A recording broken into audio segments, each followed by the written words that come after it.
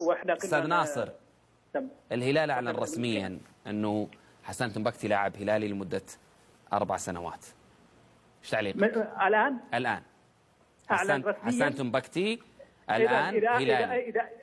إذا أعلن رسميا فخالد الثنيان يجب أن ينسحب من المشهد قانونيا، لأنه لم يأخذ بالاعتبار أو موافقة مجلس الإدارة حتى تاريخه، ولم يعقد ولم يأخذ موافقته، وهذا مخالف للنظام.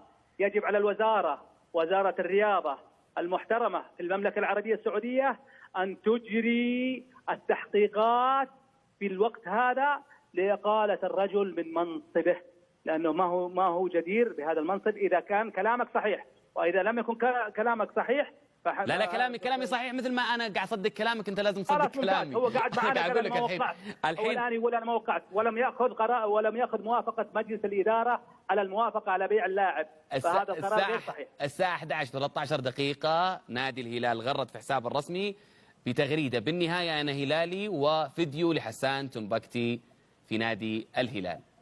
للأسف أنا أعتذر إذا كان كذا، أنا أعتذر للشبابيين كلهم على هذا التصرف الغير مستحب، واللي تناقشنا قبل شوي احنا فيه بشهادة أكثر من 14 شخص من ضمنه أعضاء من مجلس إدارته وذهبيين نادي الشباب، بوجود الأمير عبد الرحمن تركي وخالد بن عبد العزيز، وبوجود طلال آل الشيخ، ووجود خليفة الهويشان وزميلي محمد المنجم وعبد الله، كله يقول أنا لم أوقع حتى الآن ولم أتفق. إذا كان بعد اتفاقنا بس 4 دقائق أو 5 دقائق هذه وقع، فخالف النظام، خالف النظام صراحة، لأنه لم يأخذ موافقة مجلس الإدارة على بيع. شلون مجلس الإدارة؟ مجلس الإدارة ما أخذ موافقته، هو مجلس الإدارة هو اللي شكله.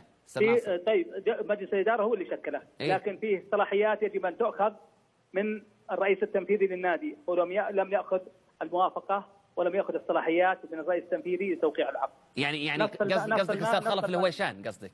نعم. يعني هو اللي ما وافق على التوقيع، فهو هذا يعني واحد من رئيس الإدارة ما وافق.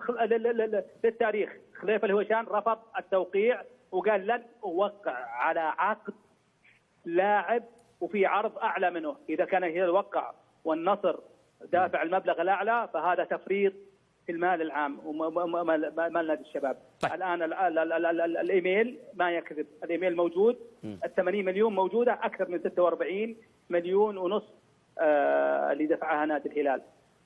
طيب